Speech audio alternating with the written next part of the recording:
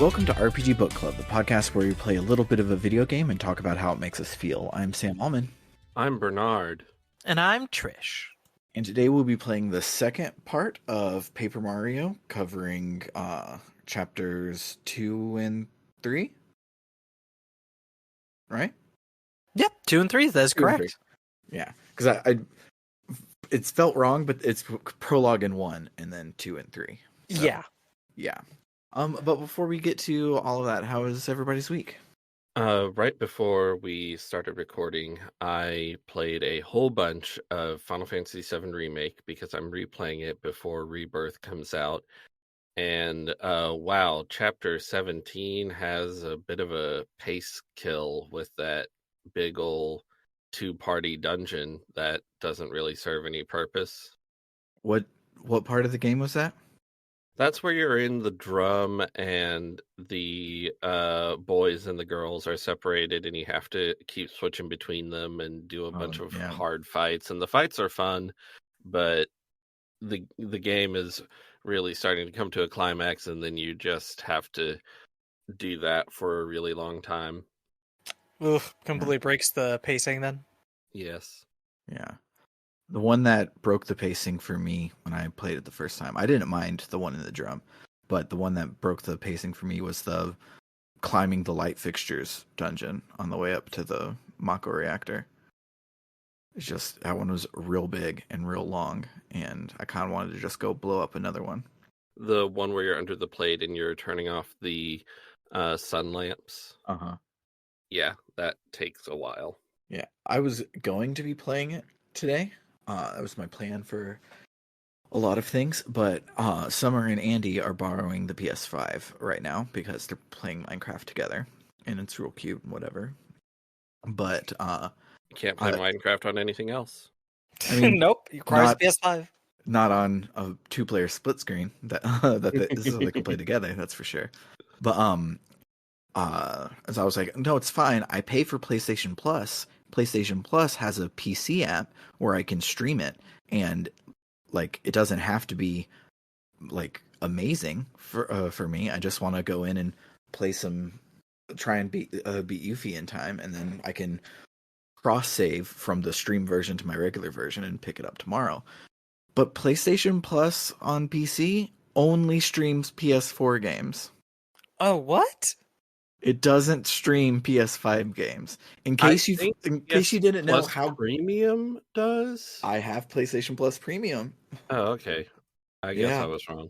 It has PS4 and PS3 games, but does not have the PS5 games. So even though Intergrade is on PlayStation Plus right now, I could not play it. I did try out. Stream select PlayStation 5 titles on demand to your PlayStation 5 console. Yeah. Okay.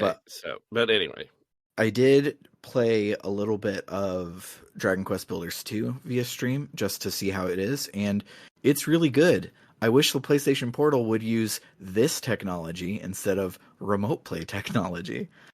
I don't see why the PlayStation Portal can't connect directly to the PlayStation 5 like a Vita did. Yeah, like a Wii U gamepad did. Like, I don't see why it can't do that as well. Yeah. So Sony does not have a Game Pass killer. That's what it comes down to. The fact that I can't play PS5 games streamed on the computer, and the PlayStation Portal is just stupid. There's a lot wrong with it. But I'll be playing Yuffie tomorrow, so I'm very excited for Rebirth in just like 2 weeks from here. But what about you, Trish? How was your week? My week's been kind of wild. I'm currently in the wild north of Canada. Ooh. I have a partner up in Canada who listens to this podcast on occasion. And I wanted to go visit her. It's my second time visiting her. Last time I flew. This time instead I'm on the East Coast now. So instead I paid for some buses. I bussed from Massachusetts to New York City, which is my very first time ever in New York City. 2 hours of a layaway between bus rides. I think that was a perfect amount of New York City for me, and I don't know if I actually need any more. Robert Moses should be burning in hell for everything he's done to that city. And then I took a bus from there to Buffalo, New York, and then I crossed the border on foot. And as I did so, I went through customs, and what started out as a friendly chat as they went through my stuff turned into, "Hey, you are too poor and unemployed to enter this country Oh my god. unless."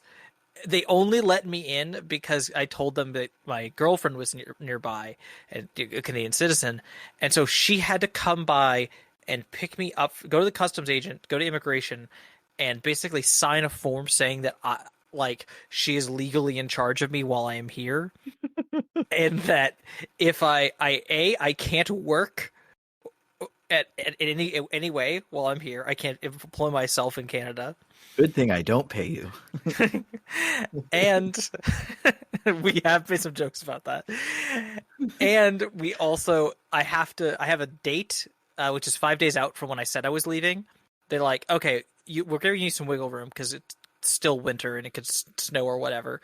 But we're giving you some wiggle room. But otherwise, you need to leave before the month is out. You have this date. You need to leave the country, and you need to go into an immigration office and turn this in when you leave to prove you did it.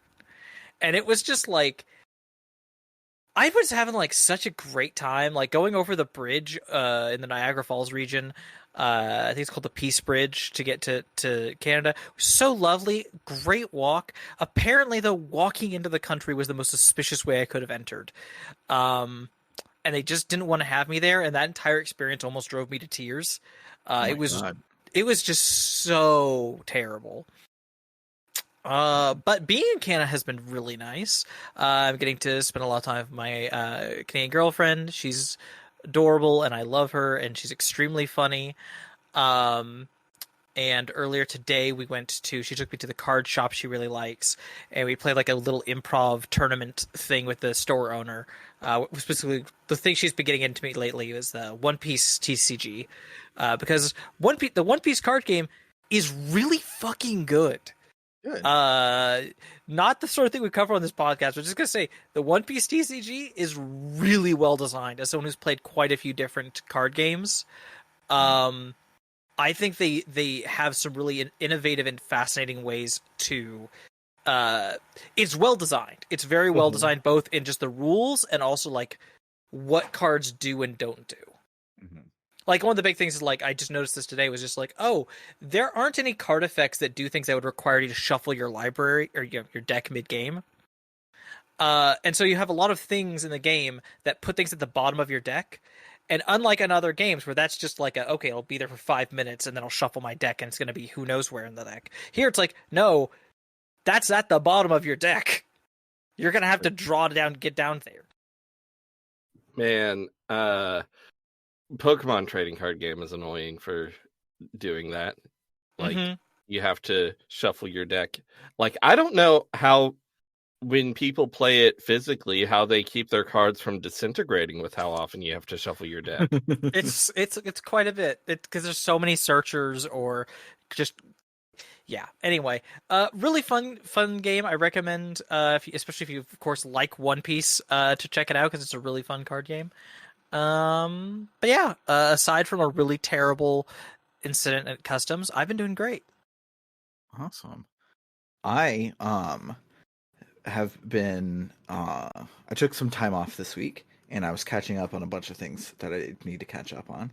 And one of those was doing some contract work for Bernard and his game development company. And Bernard had given me I think I was supposed to turn this in like May or something, and I accidentally completed it all in my 3 days that I had off. It was a lot of fun, and I just kept going. And yeah, Renpai is really cool, and I kind of want to play around in it a lot forever. And then on Well, the Nano Reno or whatever it's called is next month, I think. we should do something. It'll be fun. But also on Thursday, I started taking Adderall, so that's fun. How's It's it going? it's going really good. My my brain is quiet on days that I take Adderall, and it's very weird. Like if I sit there and I try and zone out, I will have like one train of thought that I'm thinking on and a song stuck in my head. And those are the only two threads in my processor, which is not normally what happens. And it's pretty cool. I am still taking Wellbutrin, and so my doctor basically is like, use Adderall as like an extra oomph on days that suck. And so I'm taking it about twice a week is all. Which, Oh, that's good. yeah, which is helpful because of all the shortage. I don't need it to be I don't need to get to therapeutic levels or anything, so I don't need to have a high dosage and I don't need to have it multiple times a week. So it's really cool. I'm excited to see how it continues to go long term and have like a normal-ish brain. Yeah, I really got to try that one of these days. I'd love to know what it's like to have a more normal brain. Just like, as a treat occasionally. Yeah. A little anecdote about how well it's doing for me. So I was making myself lunch, right? And then Storm came up and said, Dad, I want some chocolate milk. So I was like, okay, cool. And so I'm making him chocolate milk. And then Scarlett comes up and says, I also want some chocolate milk. I'm like, awesome, cool. I'll get that for you. And then Storm asked for something else. I forget what it is now. And so I got Storm's something else, Scarlett's milk, Storm's milk, and then remembered the food that I was making on the counter. And I finished making it, and I got it, and I took it back, and I ate it at work. And Holy crap.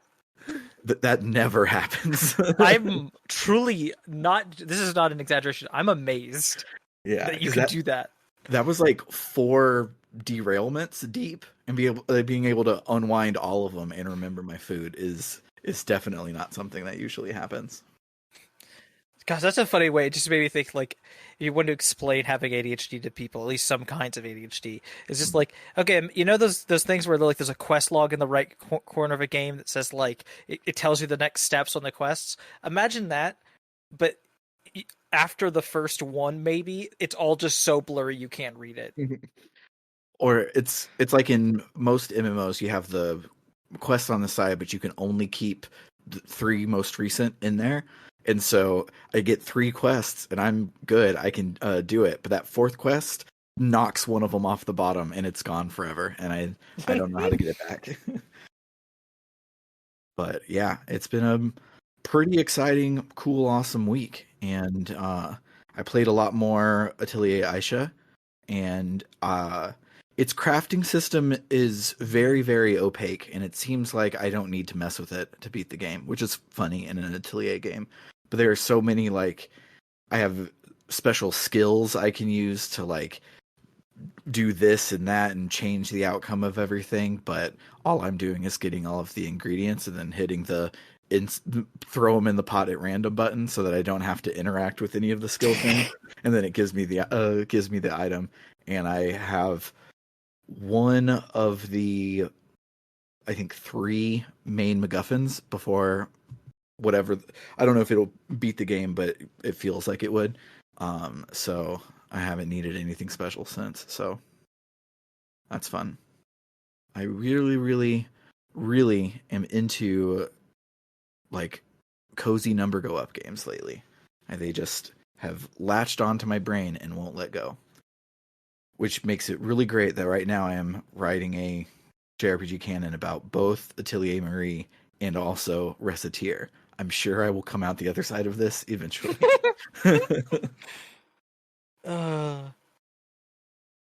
But yeah, I think that's everything interesting happened in my week.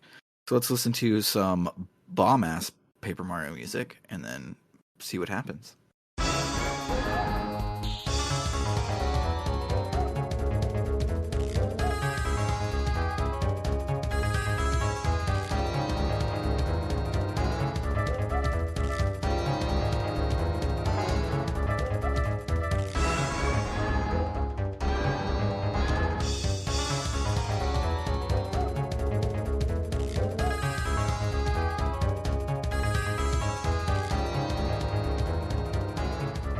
With the first Star Spirit rescued, it's time to head back to Toad Town. However, on the way there, Mario and his partners are interrupted by Junior Troopa. That's right, the frustrating child is following up on his threat to chase Mario for vengeance, and in this fight he shows off a new trick, hiding inside his shell to give himself some defense.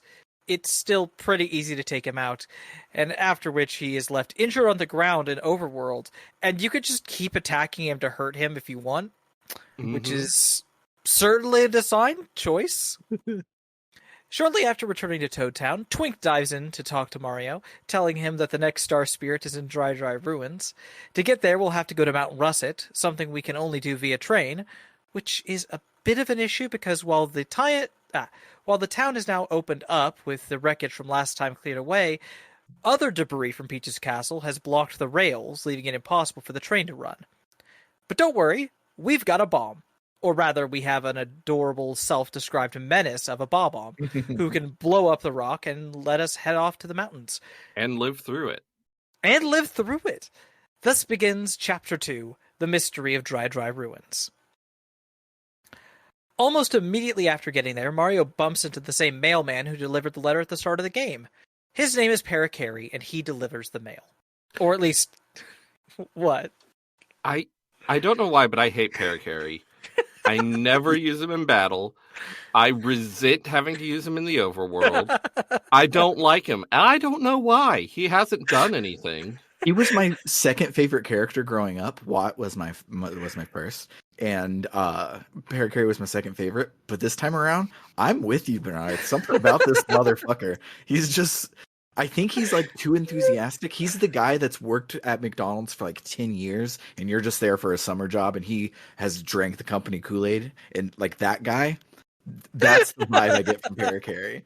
He is way too into being a mailman. I don't like it. I quite like his combat usefulness in there, in this part of the game. He's very he's very useful, but yeah, he is a lot, and he does absolutely have the vibe of this dude has been drinking company Kool-Aid and has lost his soul. Yeah, I use him a lot in battle because he's a very reliable 6 damage on a boss for not a lot of flower power. So yeah, he's useful, but won't be for long. Yes. Also, just like playing the randomizer, he's one of the most useful partners to get in the sense that in terms of trying to get checks in a randomizer, the letters that you can only deliver if he is in your party are a huge source of getting things. Mm-hmm. Anyway, he should be delivering the mail right now, but he's lost 3 different letters on the mountain and feels terrible about it. Scouring the surrounding countryside, you can grab these 3 letters to hand them over, at which point Paracary admits that he actually dropped a lot more letters than just 3, all over the Mushroom Kingdom, and he needs help finding and delivering them. Luckily, Mario's journey is taking him all over the world, so, he just decides to tag along with Mario to lend his skills in the fight, which is great because while he is a terrible mailman, he's able to carry Mario over small gaps, which is required to proceed, and as we talked about before, his shell shot attack has low FP, high damage, and it can hit almost anywhere in the fight. Less restrictive than some other useful partner moves. With Paracary's help, we can move past the mountains to get to the desert, but not before we run into a dangerous enemy, Buzzer, a vulture who is on the lookout for Mario, and notices the similarity between the person on the picture and the person before him. However, he's not completely sure, so he asks Mario to identify himself. You can be honest, or you can call yourself Princess Peach, either of which will lead to a reasonably difficult optional boss fight, or you can say that you're Luigi, in which case he lets you pass. This happens every time you have to go by this way, and you can just keep saying Luigi. Mm-hmm. I didn't know that. I always just said I was Mario and fought him. Yeah, you gotta say you're Green Mario. As a child, I never fought this bird. I always called myself Luigi. The Dry Desert is a massive expanse with a mostly safe path cutting through the middle area towards a settlement, the Dry Outpost. How big is this desert? Well, it's 49 separate loading zones, many of them empty aside from Pokies, who could stand to move faster, and bandits, who as the name implies are eager to steal your coins. That said, there are lots of secrets to find, should you be willing to brave the dunes. Right on the first screen, though, you can talk to Colorado, Cooper's neighbor and a famous archaeologist, who is looking for the same ruins you are. That being said, he is not actually any help. A better place to look for entry into the ruins is the outpost, where a lot of the citizens will tell you about a mysterious man named Mustafa, the unofficial lead, or Moustafa, I suppose should be said. Yeah, Mustafa would be the actual name Mustafa. Yeah, exactly. Yes. So we have to say it weird and funny for it to be a pun. Yes. Yeah. This is, after all, a Paper Mario game. The unofficial leader of the area, and the descendant of a robber king. He apparently knows a way to the ruins, but no one will tell you how to find him. No one except Sheik, a gnome mouse who will only talk to you if you offer him items, particularly lemons. It turns out there is a code needed to get into the mystery... there is a code you can use to get access to the mystery man. You have to order a dry shroom and then a dusty hammer from the local shop. Doing that leads to Sheik leaving the door he was guarding before, letting you scale the buildings and reach Moustafa's hiding place. As it turns out, Sheik actually is Moustafa. Hearing Mario's plea for help, he hands over the Pulse Stone, the only way he knows of to get to the hidden ruins. The stone will blink in the desert, and the faster it blinks, the closer you are to the correct spot. Following the stone's instructions takes you to a strange circular rock with a slot in it, and putting the Pulse Stone into it causes the sky to darken, and from the sands emerges the dry ruins in a cutscene that knocked my socks off as a kid. It's pretty dope. It's pretty fucking cool. You cut around to like a bunch of different characters all reacting to this event. Heading inside, you are immediately warned by a spooky voice that you will be cursed if you continue, but like, what's he gonna do?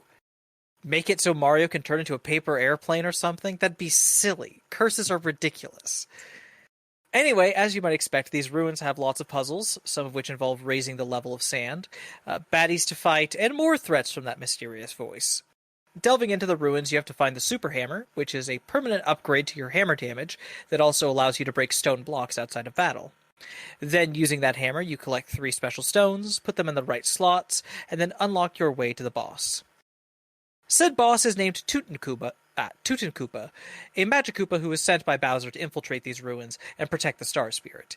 He mostly stays out of hammering range up on a ledge and fights by throwing Buzzy Beetle shells, summoning Chain Chomps to fight for him, and casting spells that have a chance to backfire. Taking him out leads to his own Chain Chomps chasing him away, leaving us to free the next Star Spirit, who is a girl, which you can tell because she's wearing a bow on her type spike thing? What do you even call them? The thingies. The thingies on a star? I don't know. Prongs? Prongs? Points? Yeah, let's say point. Point. Yeah, sounds right. Anyway, enough of that. Over to Peach. Ready to do some more sneaking, she escapes her room via a secret tunnel, but Bowser's Diary is not available for easy intel this time. Instead, you have to sneak around in her own castle, avoiding guard patrols to get into the nearby library. Fun fact, those things are called rays, not just Rays? points. Oh, okay. Yeah, point is the vertex of it, but the whole chunk is the ray. Oh, makes sense. After successfully solid snaking your way around, Peach will overhear a conversation between some of Bowser's troops, a Koopa Troll and a Hammer Brother, who are discussing the next guardian of a Star Spirit, Tuba Blubba. Tubba Blubba? Tubba Blubba. The guy is said to be absolutely invincible and terrifies the 2 henchmen something fierce. Apparently, there's some secret he hides, possibly a workaround for his invincibility, but before Peach can learn more, she's noticed and captured and sent back to her room. Back to Mario, he's bestowed more star power and a new move to use by Mamar, which is the one with the bow's name. Lullaby, which is basically just like using a sleepy sheep. It has a chance to put all the enemies to sleep. That done, all you have to do is head back to Toad Town, and from there to Forever Forest, where the guard, Feist-T, is being terrified by a boo. After messing around with that scaredy cat a little bit, the guard heads into the forest and you follow behind, where he informs Mario that his master has invited the hero to her mansion, deep in the forest, and that she has information worth hearing about the Star Spirit if he does. Thus, it is time to go into these woods, which begins Chapter 3, The Invincible Tubba Blubba. You might be thinking this is going to be a Lost Woods sort of thing, where all the exits to each area but one take you to the start, and you would be mostly correct. But instead of needing to follow a music cue or do trial and error, you need to look out for which of the paths is next to a unique background bit of scenery. And the clues are different for each area. The forest also hides a bubble, which who have magical seeds that you're going to need for a later chapter, and a few badges that I didn't know were here until last year when I started doing randomizers for this game. I didn't know they were here either. Yeah, there's one HP plus badge and one FP plus badge. I didn't find them because you only find them by going not the way towards the mansion, but another scenery clue that takes you down a side path. Wild. Anyway, getting through the forest gets you to a massive mansion, but it's not as easy as just strolling in to talk to the person in charge. There are no fights to be found in this area. Instead, the whole building is more like a puzzle room. You have to do a memory game with some booze to get a record, which you then use to get a weight out of a chest, and then use the weight on the chandelier to pull it down and open a secret passage. And then you do a game of who has the thing with some booze to get super boots. Like the super hammer, but for boots. And they let you do a spin jump outside of battle, which opens up some ways to get around the mansion further, and also reveals hidden panels you can find all throughout the game, which hide star pieces. So, the thing they call a spin jump here, what did y'all as a kid call ground pound? Ground pound. Okay, we're all in agreement. Ground pound. People call them like hip drops or butt stomps. Whenever I hear hip, I think hip drop is the terminology used in at least some of the N64 Paper Mario games. Mm-hmm. But I think by the GameCube area, they started calling them ground pounds. Okay, yeah. I think I've always called it a ground pound. It rhymes, so it's best. Mm-hmm. I have no memory of what I called it as a child, but it's definitely what I call it now. I call it the Beak Buster. Oh, the Beak Buster, of course. Actually, that's not true. The Beak Buster is a mid-air attack. It's not the... It's not? I don't... I googled it to check if I was right. Oh my god, are you serious? That's so... Yeah, that doesn't... This random clip from the Banjo-Kazooie guide on IGN, it says, talk to bottles to learn the Beak Buster, a move that lets you ground pound by pressing Z while in midair. That's what... Okay, for some reason I thought the Beak Buster was the one you used in the midair. Never mind. No, that's the Rat-a-tat Rap. Oh, the Rat-a-tat Rap, I see. God, I love the names of the moves in that game. Anyway. The ground pound, also known as the hip drop, body slam, pound the ground attack, bounce, butt bash, jump smash, smash attack, and butt stomp, formatted as ground dash pound in Super Mario 64 DS, Super Mario Galaxy, and Super Mario Galaxy 2. Also formatted as ground space pound, lowercase, and also known as the spin jump. There are lots. This is from the Super Mario Wiki. There's lots of names for this, apparently. Yeah. Anyway, using those boots, you can get the subject of a portrait, however that works, and then return him to his painting, where he will then let you painting teleport up to the 3rd floor, where you can meet the master. And oh, what a figure she is. Lady Bo is her name, and she has an ego approximately proportional to just how amazing she is, which is to say, enormous. Very much the noblewoman who will do the kind of laugh archetype, but with a twist of also being ready to drop that facade and just scare the crap out of someone if she feels the need. So why has she brought Mario here? Well, the reason's quite simple. The star spirit Tubba Blubba was guarding actually managed to escape, but he was weak and got lost in the forest, where the Boos kidnapped him. Now they're holding him captive, a hostage for Mario's good behavior, and they make their offer quite plain. Mario can have the star, but only if he takes out Tubba Blubba, who's been eating Boos and terrorizing them, which isn't good because they're the ones who are supposed to be doing the terrorizing. This is blatant copyright infringement, and Lady Bo will not stand for it. So I love that this chapter turns it on its head and it's like, oh, you're not actually going and fighting Bowser's minion and freeing the star spirit like in every other chapter. You're going here to fight Bowser's minion so that someone else can free the star spirit and give it to you. It twists it, but also doesn't twist it at all. And yeah, like on a mechanical level, it's basically the same, but there is a definite difference in like the feeling of it because like, Oh, he doesn't even have it. We're just gonna go kick his ass anyway. Yeah. So that ghosts don't double ghost die. Exactly. This whole situation has Bo so incensed that she's made it clear she's going to join Mario in this endeavor, no matter how much her bootler does not like the idea. Outside of battle, she can turn Mario invisible to avoid enemies, and in battle, she can attack with slaps, which only do 1 damage each, but have the potential to wreak havoc on enemies who don't have any defense. And you can get a perfect 100% gets you 5. I think it starts with 4, but there's a upgrade in the next dungeon, and of course I gave it to Bo. And then you get 5, and a very reliable 5 damage for free is even better than 6 damage for 2. So Barry is dead, and long live Lady Bo. Long live Lady Bo, indeed. May she reign dead. forever. Yeah, but she's dead in it's like a the king is dead, long live the king situation, except she's also undead. Is that what that means? The king is a ghost. Yes.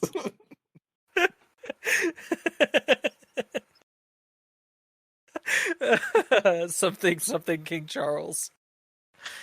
Who?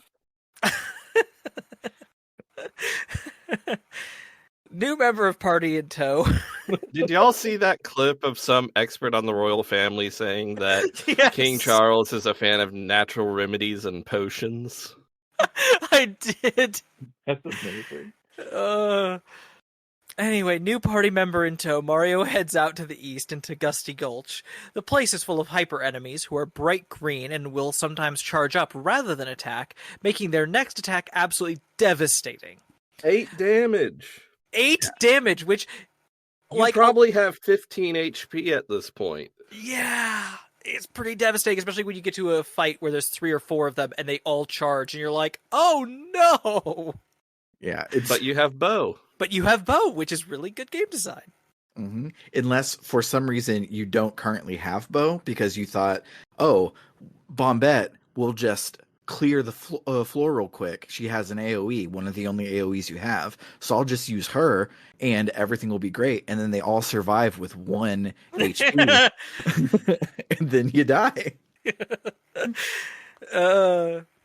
Anyway, getting to the nearby settlement of very dusty boos, they're very happy to hear that someone's going to do something about their tormentor, only for said antagonist to appear. Bo hides Mario, but one local boo is not so lucky, and we are helpless to watch as he is gobbled up before Tubba Blubba heads back to his castle. Kind of freaky. It's kind of scared the crap out of me. A lot of this chapter scared the crap out of me as a kid. Clearly this can't stand, so it's time to go to find his secret and put a stop to his unconsenting voring of Bo's subjects. I tried to say it. I hate you. I tried to just say it naturally in my breath. I was like, no. Gotta stumble over that. Heading into the castle, you find it's not only full of Clubba enemies, but also these weird UFO-looking creatures who won't get into a battle with you. They'll just take you back to the start of the castle if you get caught by them, making Bo's ability pretty crucial. You know, they're like wall masters? God, I'm a Zelda fan. Why can't I remember what they're called? Is it wall masters? Some of them have been called floor masters. Some of them have been called wall masters. They're both. Okay, those both guys. valid. The big hands. I think they're called wall masters often, and it's weird because you think of them as descending from the ceiling, which I guess is a type of wall. Yeah. Scaling the enormous castle floor by floor, you eventually have to sneak past Tubba Blubba himself, as he is literally invulnerable to damage if you do get into a fight with him, and you get into his bedroom. After you hide behind his bed, he comes in and falls asleep, leaving you free to rifle through his things. Things like, well, I don't know, the treasure chest that's right next to his bed? Inside of it is a talking key who will be like, wait a second, are you here to take me to the windmill outside of Gusty Gulch so you can find the secret to Tubba Blubba's invincibility that's hidden there? And you're like, yeah. And he's like, okay. And then he wakes up Tubba Blubba. This starts a terrifying chase scene as he starts following you through the way out of the castle, destroying it behind him in the process. When you get to the front door, he's only stopped from catching you because a bunch of boos from Gusty Gulch have come to help, which they do by holding the door shut while you escape. Taking the key exactly where he told you to, you find that there is a well inside the windmill, and at the end of its tunnel is a living heart, Tubba Blubba's heart. It turns out that the way Bowser made this guy invincible was tearing out his heart and having it control his body remotely. And, well, you can't be allowed to live with that sort of knowledge, so the heart fights you. And, for an organ, he is no pushover. With by far the most health we have seen from a boss so far, a very high amount of damage on his regular attack, and a charge-up move that does 12 damage, this heart attack is a real killer. I'm glad you appreciate my dumb pun. Luckily, you don't actually have to beat him completely. You just have to get his health low enough, and he'll end the battle by running away. Chasing after him, you find Tubba Blubba has finally started to catch up, and since the secret is out and the heart is almost dead, the two reunite to trash you, which, like... I just noticed, because I'm following along with the Let's Play, Tubba Blubba's chest has a hole in it that's patched close. Yeah, it's a great little bit of visual design for that later reveal. I love it. So good. But yeah, like, okay, he was invincible without the heart, and with the heart, it turns out he has 10 HP. You can defeat this bozo in one round. You think, like, the heart would keep running and Tubba Blubba would attack. Yeah, right? Nope. Taking him out causes him to just, like, give up and reveal that he actually hated being a bad guy and he was just tired of being picked on, and took Bowser's offer to get a chance to get back at everyone who had hurt him. Because, yeah, as it turns out, the Boos looked at this huge coward of a man and just have been scaring the crap out of him for years, and Lady Bo refuses to apologize for it because she's, in her opinion, that's just what Boos do. Anyway, with him defeated, he releases all the ghosts he ate. Apparently, ghosts do not get digested. And Bo holds up her end of the bargain, letting the star spirit she captured free. Oh, and she's going to stay on your team because she said so.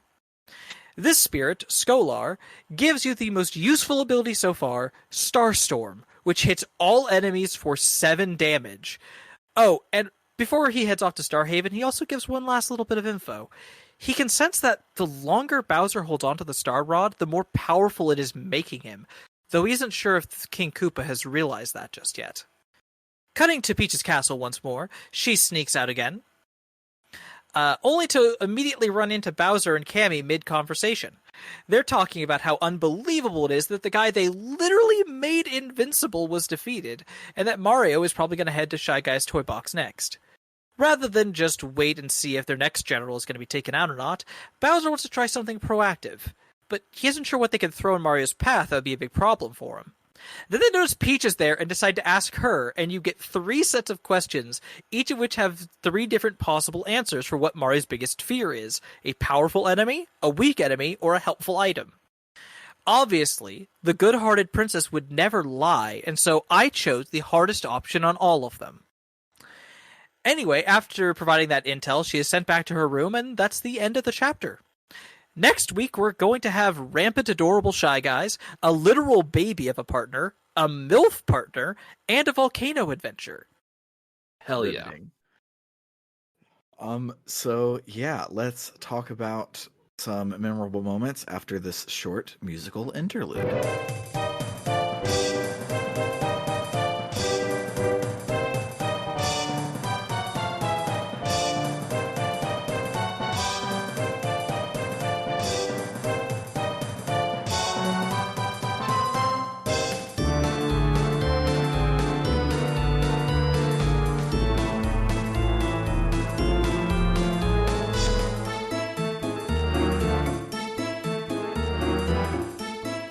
So, Tubba Blubba's escape being terrifying, I wouldn't know, because me and Bernard talked about last week how the spin move is fast but annoying and kind of hard to use.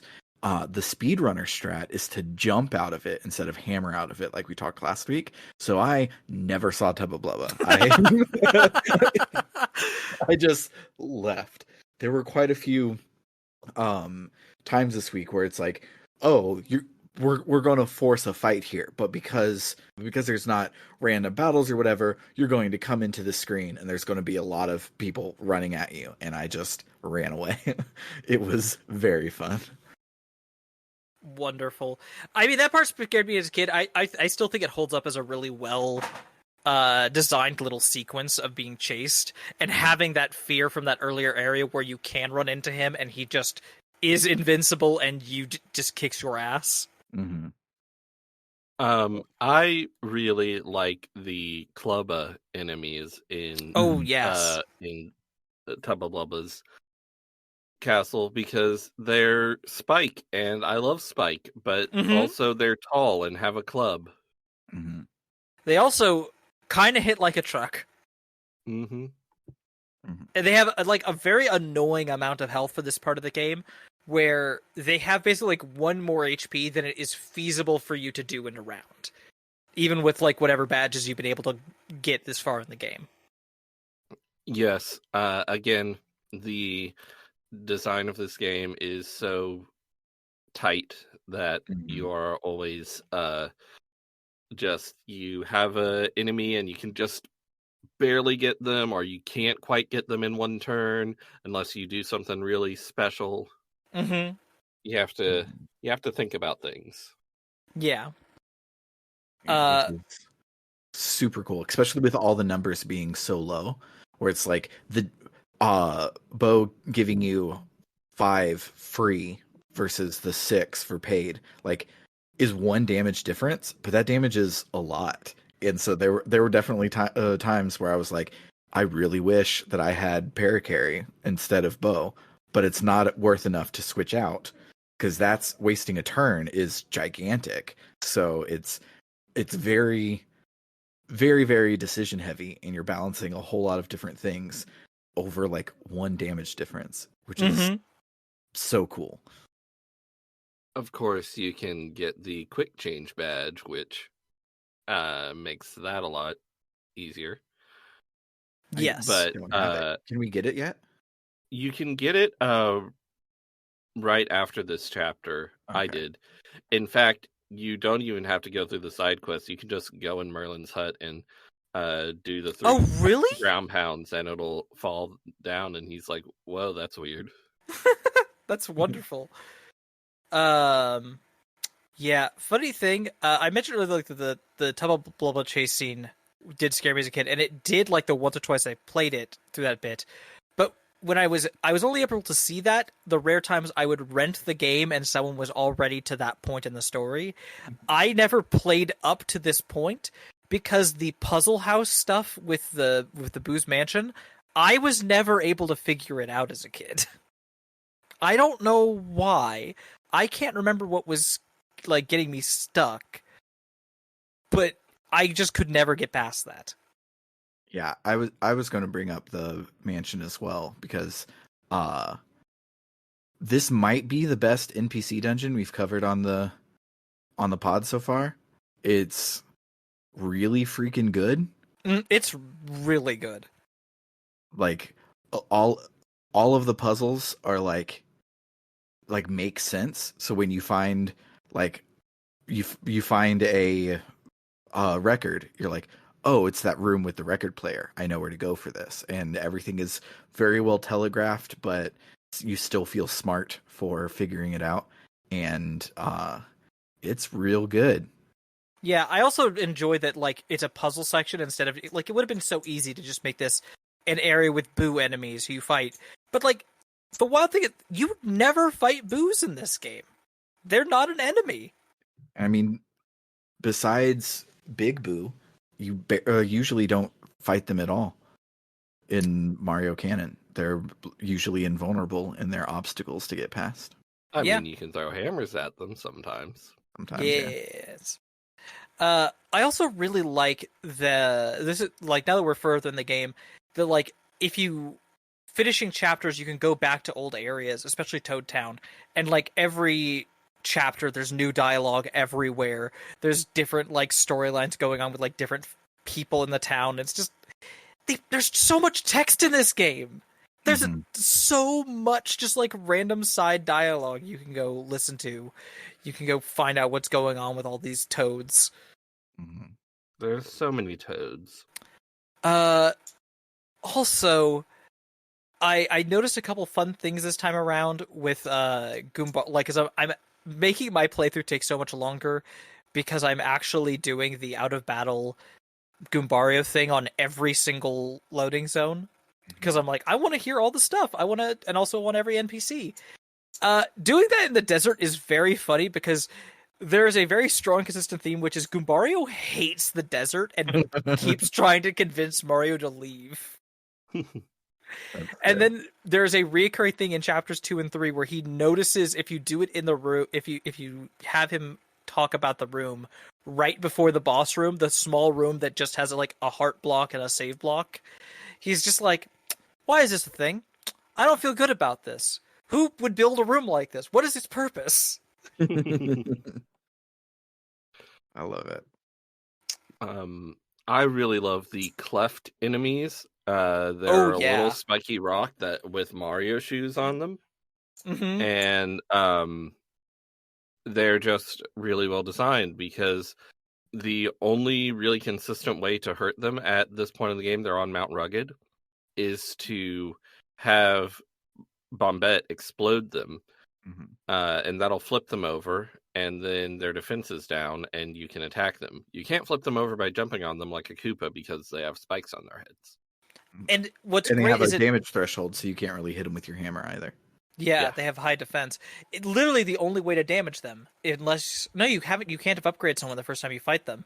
So yeah, like the easiest way to deal with them is Bombette. But there are a lot of badges you can have picked up by this point in the game that are hammer badges that will let you take care of them just on Mario's turn, which I think is really fun design of like making something that, yes, if you're playing it this way, you still have a way of dealing with it, but it's a reward for like, hey, are you knowing what you're doing with these badges? Are you paying attention to what you have on? This will handily take care of these enemies at a low FP cost. But there is still an FP cost. But there is still the FP cost, which you do have to keep in mind and worry about. Now, what I think makes this extremely good is that you can actually bomb them without spending FP if you set Bombette to go explode and explode her at just the right time right next to them. You get your preemptive attack where she explodes and will flip them over without spending any FP. But it's cool. Very hard to do. So it's like, if you're low on FP, you're wondering, should I just try and avoid this cleft, or should I try to lure it somewhere and then drop Bombette on it? It's great. I love it. Yeah, when we get to the green ones, I skipped every single one of those fights because the clefts were hard enough. The clefts with that can go Super Saiyan, I'm not doing it. I'm out of there. Yeah, those are scary. Those ones are a bit of a nightmare. Also, there's just a bunch of fun things in this game, like little side things that some of which are, I think it's hard to play the game and not notice, but some of them are very well hidden. For example, we never talked about Chuck Quizmo. I love Chuck Quizmo. Chuck Quizmo is a little worm dude in a hat who's purple and orange, and he shows up randomly in town. He has a percentage chance to appear every time you enter a loading zone of a town. And if you talk to him, he does a little quiz show with he has like a Vanna White toad who's his assistant. And you could do a little quiz show and you get a star piece if you get the question right. And it's just such a fun, silly little thing. I adore it. Some of his questions are actually quite hard. We also alluded a little bit to, I think last week, there is Koopa Koot as another whole side questy thing of like, hey, do you want an old man who's going to ask you to do a bunch of boring shit for 1 coin? I love Koopa Koot. I love him. Koopa Koot feels like, especially with some of his favors, it feels like the developers were specifically trying to make this as tedious and annoying as possible. Oh, and yes. I love that. Good for them. Please do. Please make me go back and forth between the same couple of areas multiple times. Something that is a lot easier because after chapter 2, where we get the hammer, if you go into the optional sewer area, which is a completely, I can't remember if actually completely, but mostly at least optional dungeon that you It's can use. not completely optional. You have to go there to get to Ice Town. That's actually not part of the. That's not a part of the sewers. That's technically it's corded off. Like you can get there a different way. Oh, okay, never mind. But you can beat some blooper bosses in there to get access to warp pipes that can take you to previously visited cities. And that way you can very easily go back and forth for the Koopa stuff. I say very easily, it's still really annoying. Yes.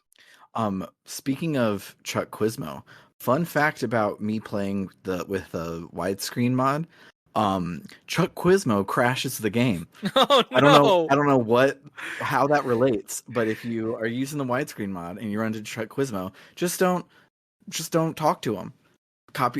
Rename your save file to Paper Mario instead of Paper Mario widescreen, and then load it up on the regular ROM. Then talk to Chuck Quizmo. That's so weird. Okay. Yeah. No idea why it happens. I honestly couldn't even begin to think of how those two things are related because he's in his own little his own little stage thing. Yeah. It's not very graphically intensive, but yeah, it breaks the game. That is very weird. And then also, of course, there's the letters, because that whole thing with Perry Carey about those letters, those are key items that you can deliver. And some of them aren't just an immediate, oh, cool, here's a little bit of dialogue and here's a star piece. Some of them are entire chains of letter to letter to letter to letter to letter, which sometimes is a good reward. And for the last of the more obvious things that most people find, there's a lovely little character on Mount Russet named Wacka.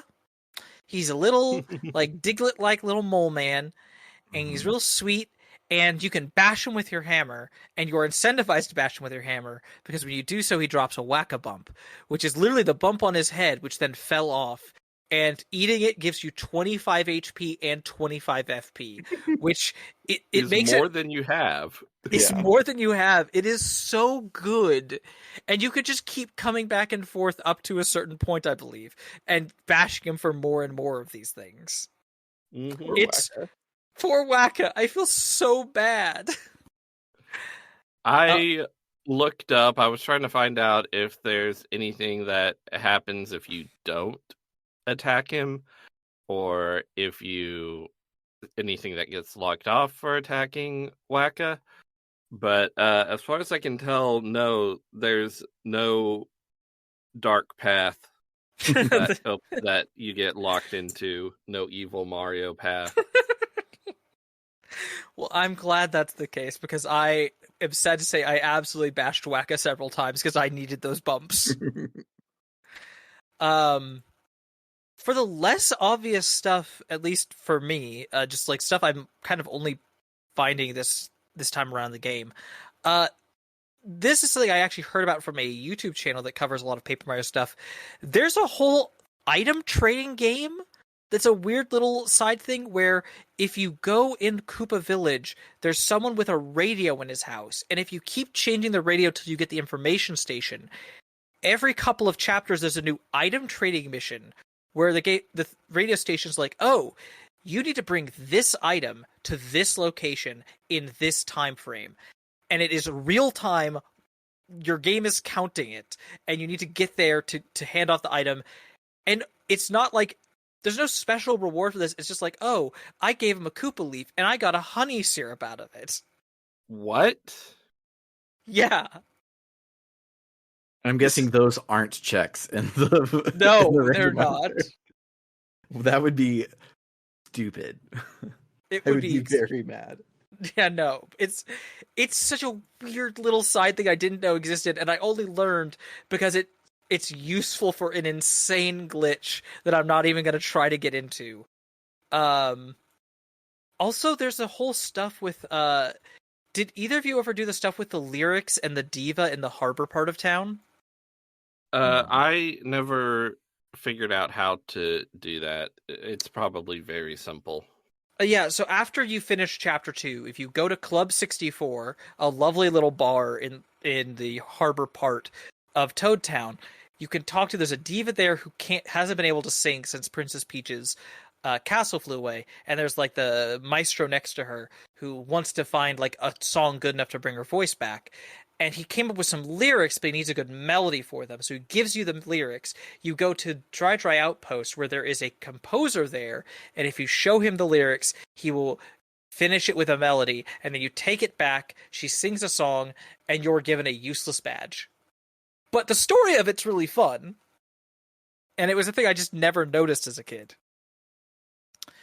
And then similarly, there are 2 hidden badges, one in the ruins and one in Tubba Blubba's castle, that are both kind of really hard to find. They're literally hidden inside of a wall. In Dry Outpost, there is a spot where you get the super hammer, and if you fall when you first get in there, you're coming in from above and you're on like a little lip. You need to get off of that lip to the lip under it, and then go in the bottom left area of the wall, and you just go through it, and you go into a secret corridor, and there's a chest there for a badge that just makes the game harder. Wild. It is called the slow-mo badge. It costs nothing to activate, but out of battle, it makes Mario walk slower. He can't run. And in battle, it makes so you can't use the runaway option. It's just a weird self-imposed challenge thing. Weird. Neat. And then there's a room in Tubba Blubba's castle with a similar, not as hard to find, but a similar one where you have to like pull out some drawers to get around the room. I don't know. I just think it's fun and neat that these dungeons have like weird hidden badges. I can't remember what the one Tubba Blubba's castle is, but it's not like it's not harmful like the other one, but it's also not like, oh man, you really need this or you're screwed. Yeah, this game, again, like when we had our first Halloween special episode and we were playing Undertale, we mused, what would a game like this look like if it had a AAA budget? And we keep playing games that are the answer to that. And Paper Mario is a very, very like Undertale level dense game that had a AAA budget behind it, and Yep. it rules. So it's so good. I'm amazed at all of the things that you can do in this game. I love how simple and straightforward and low stakes the game is, while at the same time being very mechanically engaging and dense, and there's lots to do. And if this was the only game you had as a kid, it would be a very good game to have. Yeah. And like, I think it was, I can't remember if it was Bernard or Sam, one of you brought up during the recap. I think it was Sam. This is like the point in the game from chapter 2 to 3, that the formula is changing. It hit you with a repetition in 2 chapters in a row of very similar sort of plots. And now it's like, okay, we're going to take a little swerve on this one. And the next couple chapters will do the same thing. They're going to keep playing with your expectations a bit. I really love that. Yeah, anything else before we wrap this bad boy up? I'm good. Yeah, I can't think of anything. All right, so that'll do it for this week. If you like what you heard, you can head on over to www.rpgbook.club, where any and all donations help us cover the cost of running the show and making it better and better. If you set up a recurring monthly donation, you also get some additional benefits. If you donate $1 more a month, you get access to our bonus feed, where this week we took another week off of Tales of Destiny. We're so close to the end, but it sucks real bad, and we don't want to play it. So this week we're putting up a JRPG Canon episode covering Beggar Prince for the Mega Drive, and Frosthair, which you all probably know from when I say his name every week. He joined me for that episode, and it's a fun time. That game is very weird. So, minor spoilers for the JRPG Canon cast. The battle system is nuts. On your turn, you can do X amount of things that have like a action points meter type thing, and you have to you can like attack 9 times or like do one spell and attack like 4 times, etc., etc. The enemies also have that, but they share one. So either one enemy or 6 enemies, all of them, you will get hit 9 times every round. So like clearing out enemies doesn't necessarily make the fight any easier. It's very weird and cool, and That's very weird. yeah, I definitely recommend checking this game out. It starts with an NPC dungeon that's one of the worst ones that I've ever played, but use a guide and you'll be fine. And I I really really enjoyed it, and it was a lot of fun talking about it with Frosthair. Uh, you will also get access to our polls to decide what game we play next. But if that's the reason you want to support us, you can hold off for like probably 2 to 3 months because we're in the middle of our end of season extravaganza, and so the next 3 games are all chosen for us. But if you donate $5 or more a month, we will also shout out your name at the end of every episode, just like this. Shoutouts to Cerebral Wind, It's Claire Time, Frosthair, Dragon Slayer 19, Floris, Kaldron, Freddy Rodriguez, AA Ron 524, and JFro Prime. And then finally, if you love us so much that you want to donate $20 or more a month, you can also get me to say a sentence of your choosing, either to plug something or just to make me say something you want me to say. So shoutouts to El Tantavi, who wants you to check out critical-distance.com, an aggregator for games criticism and journalism. Shoutouts to Vimk, who wants you to know that in Legend of Legaia, there is an item that you can get that deals damage equal to 5% of all of the gold that you've spent in the game, and you can exploit that to buy a lot of stuff, sell a lot of stuff very early on to like wipe out bosses with 99999 health like instantly. And it's a fun way you can break the game if the game's been too hard for you, since I know that all of you have been listening for the past 6-7 months when Vimk has told you to play Legend of Legaia every single episode. But also shout outs to Carr, who is a dentist, so he isn't plugging a website but rather your own mouth, and he says to brush your teeth twice a day, most importantly the time right before you go to bed. For RPG Book Club, I have been Sam Allman. I'm Bernard, and I just put in the host chat a unused sprite of Tootin Koopa, who apparently has turf bangs. And I'm Trish. Toodaloo, folks. Bye.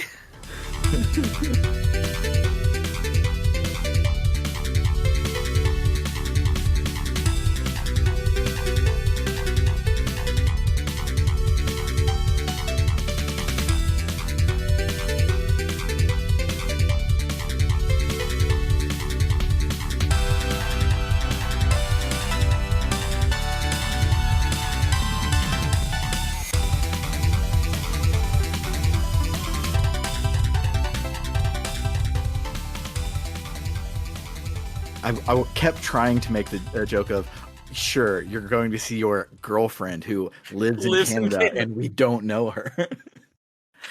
You do. She's been in the audience before.